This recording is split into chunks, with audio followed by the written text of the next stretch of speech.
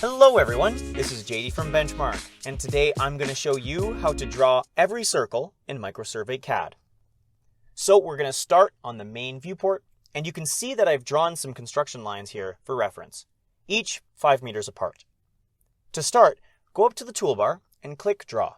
Note that I have the reference grid and grid snapping on. The first circle we're going to draw is the center radius circle. All you have to do is click the desired center of the circle, and then click or type the radius. Dead simple.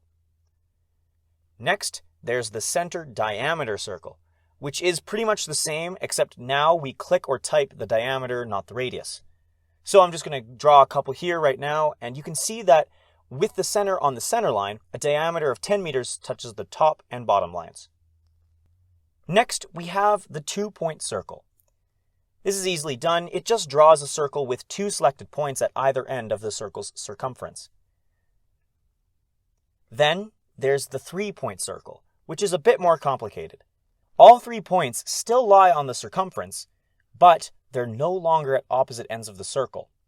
Whatever arc these 3 points create will continue to form a circle.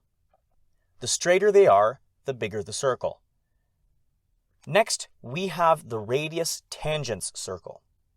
First, select 2 lines that will be tangent to the circle's circumference, and then type what you want the radius to be. So I'm going to do this a couple times, and notice that the smaller circles are forced into the corner of the 2 tangent lines. Next, I'm going to show you the tan circle, where you simply define 3 tangent lines that the circle will be drawn within. I'm going to draw a couple here to show you that all you have to do is click 3 lines and the computer will compute the exact circle within them. Lastly, we can convert any standard arc into a circle. If you want to know how I drew these 2 arcs, check out the Drawing Arcs video.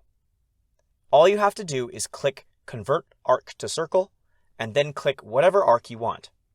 Again, straighter arcs result in bigger circles. As a general rule of thumb, for this video or any others, if you ever get confused with what the program is asking for, just take a look at the command bar below. It'll tell you exactly what it's looking for. And that's about it. Please consider liking and subscribing, it really helps us out.